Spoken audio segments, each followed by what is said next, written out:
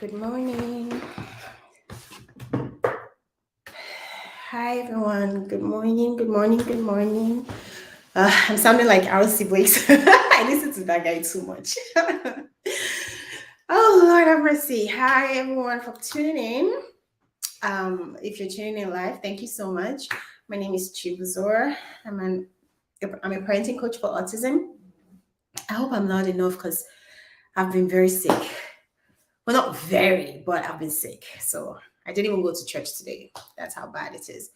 So yeah, Wells got sick first. My son Wells, he's autistic. He got sick first, and then I got sick. We have lots of videos about that. So if you're new to this channel, just go ahead and look for the past videos, just recently past videos, and you will find where Wells got sick, and we talked about it because he was feeling sad for a couple of days before that, and then he got sick, and then there was a whole conversation about that.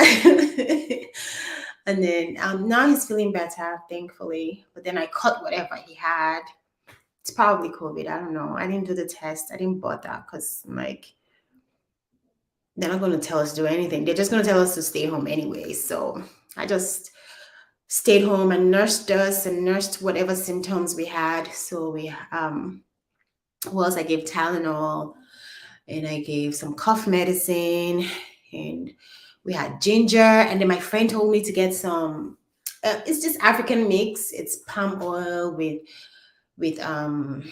what's it called, lime or lemon and honey, and it worked so well, especially at night. That helped us sleep at night, so that was really good.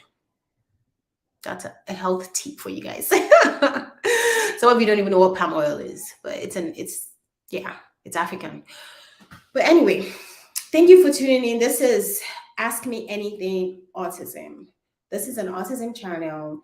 I share my experience. I share tips to help parents like me on their autism journey. And my goal is really to help the parents help the kids so that they have a brighter future ahead of them, right? Because every parent's dream is for their child to become independent and be able to master their own lives and live their own lives eventually, right? For some kids, that probably would never happen. And it's not just autistic kids, some kids with Down syndrome, some kids with other disabilities, they may not ever be able to function on their own. But if your child has the potential to do it, and if you can give your child all the help and tools that you can, and then leave the rest to God, then you've done your part, right?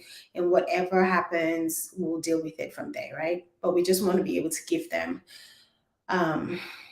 the tools that they need. Oh gosh, guys, you will not believe it, but my throat hurts from talking. Okay, so today is Ask Me Anything Autism. I wanted to make it part 3 because I enjoyed the second part. Again, if you haven't seen it, just scroll down on YouTube or on Facebook and you'll find Ask Me Anything Autism Part 2. That one we talked about someone came on, Miss Grace came on, and she was asking about how to help a child eat fruits and vegetables. And I gave her some tips that I consider to be very good tips because that's what helped me with Williams. So I gave her some tips and she said she was going to try it. So I cannot wait to hear back from her and to see if those tips worked for her. I pray it does. So I wanted to do another Ask Me Anything Autism because I feel like it gives you guys an opportunity to come ask me questions based on what's going on in your own life with your own child, and I do this channel mainly for people who live in Africa because therapy is very expensive over there, if even available. I mean, it just became available a few years back. It wasn't even available for a long time. But now that it's available, it's very expensive. It's almost like non-affordable, right? And over here, I get therapy for free. So, of course, I want to share the tips and the things that I've learned over the years to my African parents who cannot afford it or who do not even have access to it, right? So I thought it was a good idea to do another Ask Me Anything Autism, because it would give you guys an opportunity to ask me a question, and then I'll give you some tips, and then you go back and do it, and then you come back and tell me if it worked or if it didn't, and then we'll do some more research together, right? To help your kid. Um, but nobody's asking me anything. Nobody's asking me anything, not yet. So I'll go ahead and maybe talk about something. So this is what happened just recently, right? We have to be careful how we talk to our kids on the spectrum. Sometimes some parents still unconsciously, I may add, okay, in defense of the parents, sometimes, because I do it too. Sometimes we forget that our child has autism, and maybe because he's grown in certain areas, we expect that he's just like his other siblings, but he is not. Okay, there's still certain things that they do not know, certain things that they need help with still.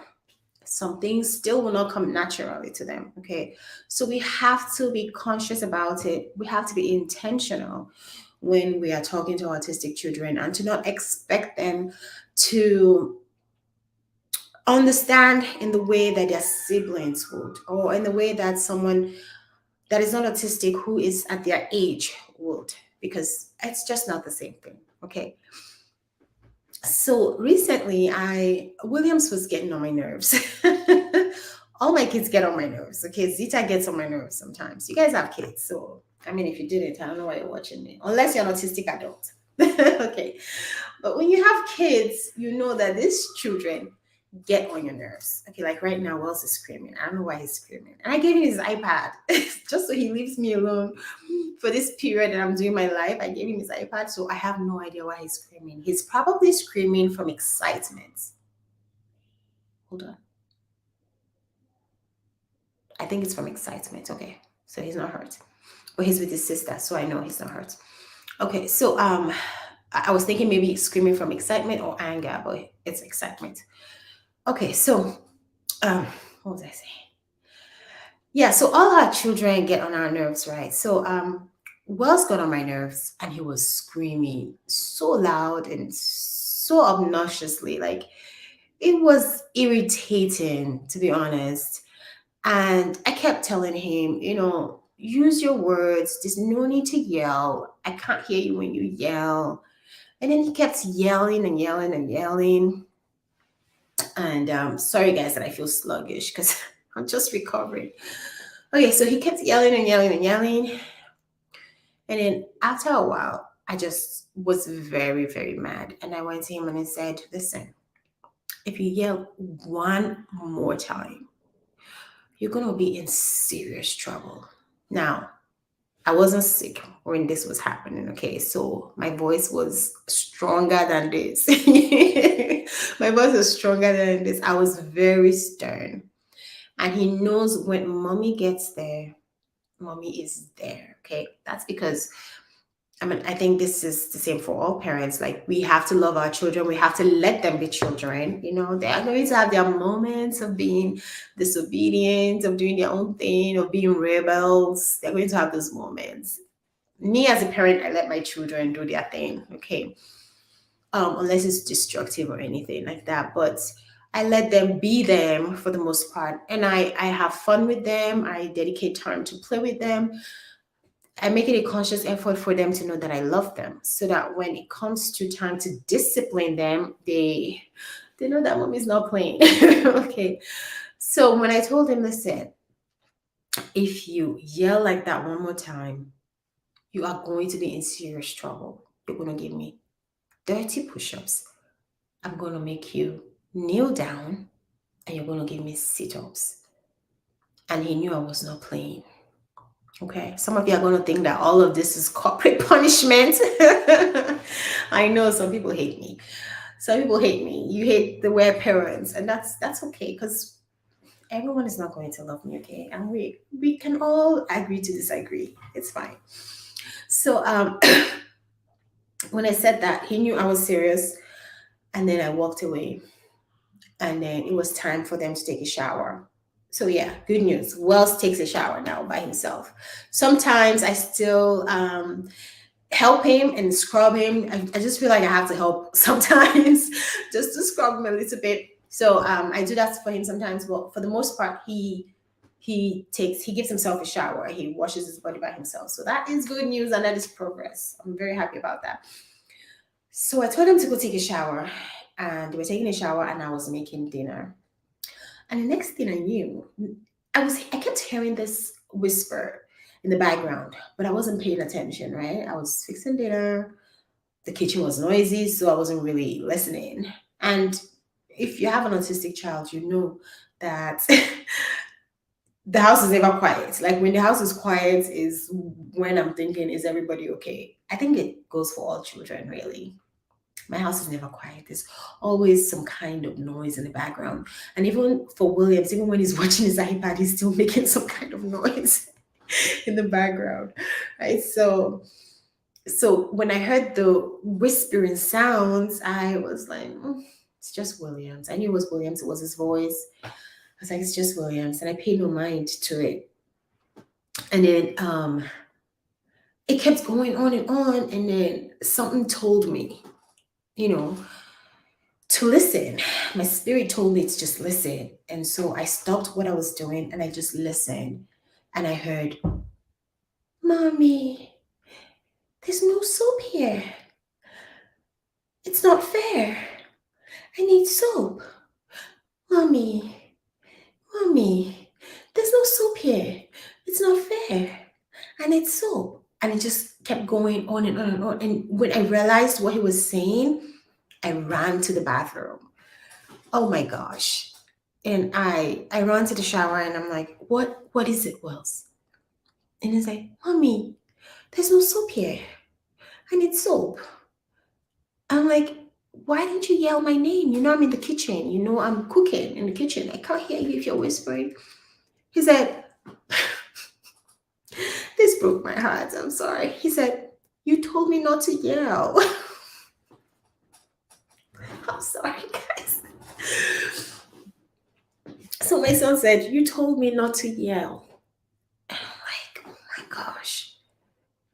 Yes, Williams, I told you not to yell because you were yelling a lot and it wasn't like anything was going on. You were just yelling just to yell. But now you needed for me to hear you and I'm in the kitchen. I cannot hear you unless you yell. And it's like, I don't want to be in punishment, Mommy. That's why I couldn't yell because you told me not to yell. Oh my gosh. That just broke my heart. Like I mean, I went away with tears in my face, but I went and got soap for him.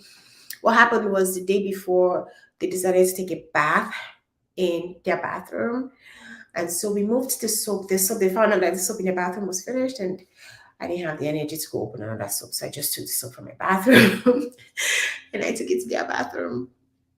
And so on this day, Zita was taking a bath in their bathroom and Williams was taking a shower in my bathroom and there was no soap there. So he needed for me to help him get a new soap. And because I had told him not to yell again, he didn't even yell to get my attention. He was under the shower. The shower was running and he needed to get my attention to help him get soap, but he still wouldn't yell. You get what I'm saying? He still wouldn't yell.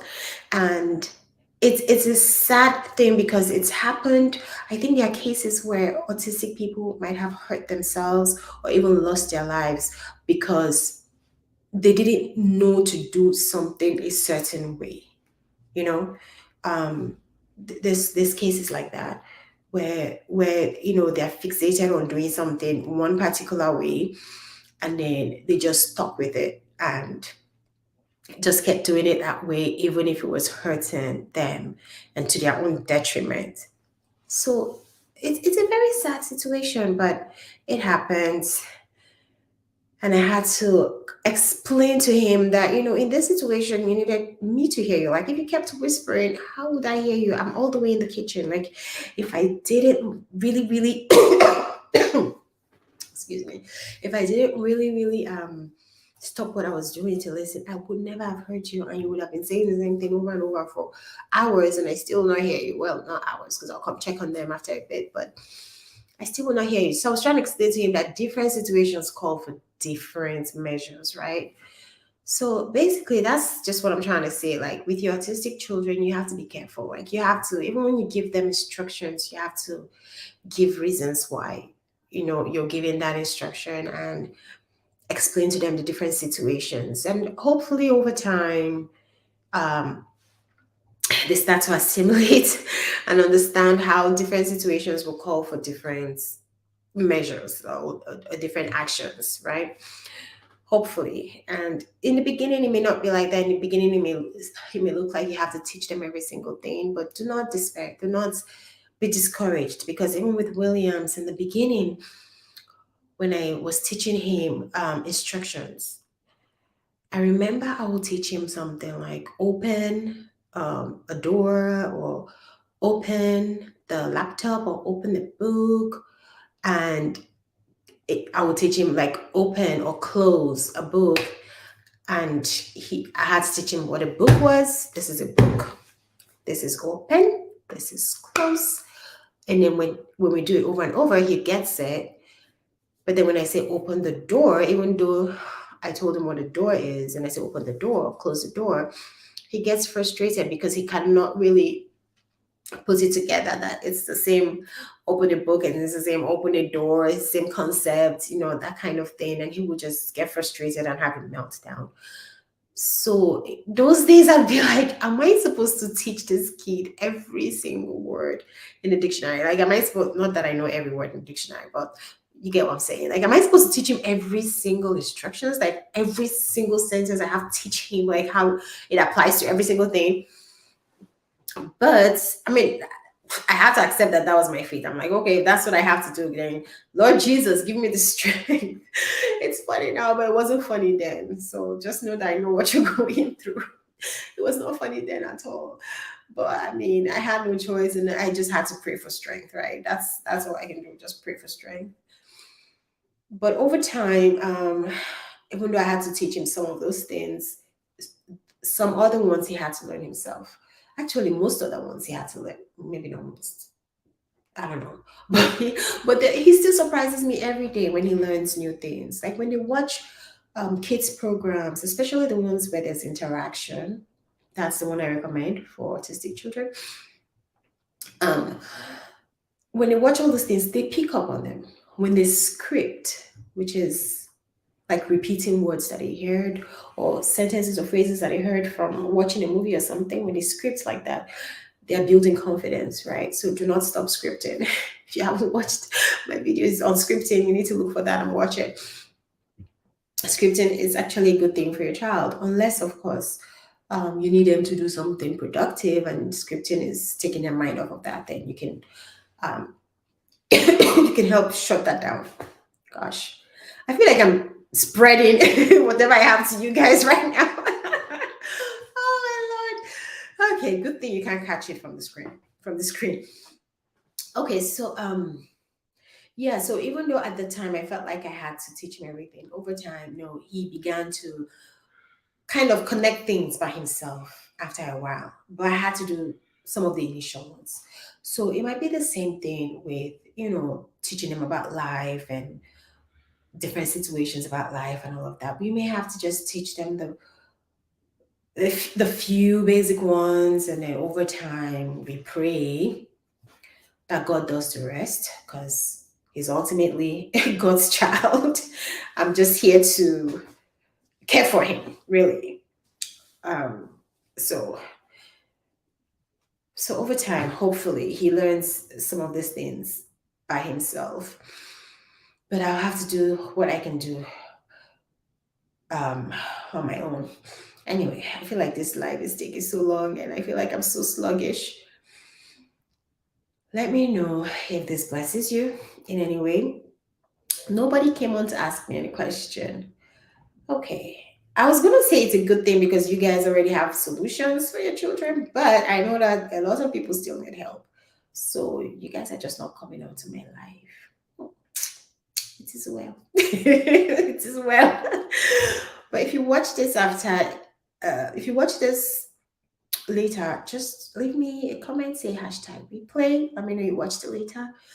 Let me know if any of the things that I talked about blessed you. And if you have any questions, you can leave it there and maybe I'll use it for my next live. Okay. Thank you so much for watching. And the kids are watching the iPad, so I don't think they want to come say hi to you guys. All right. Thank you so much for watching and have a nice Sunday.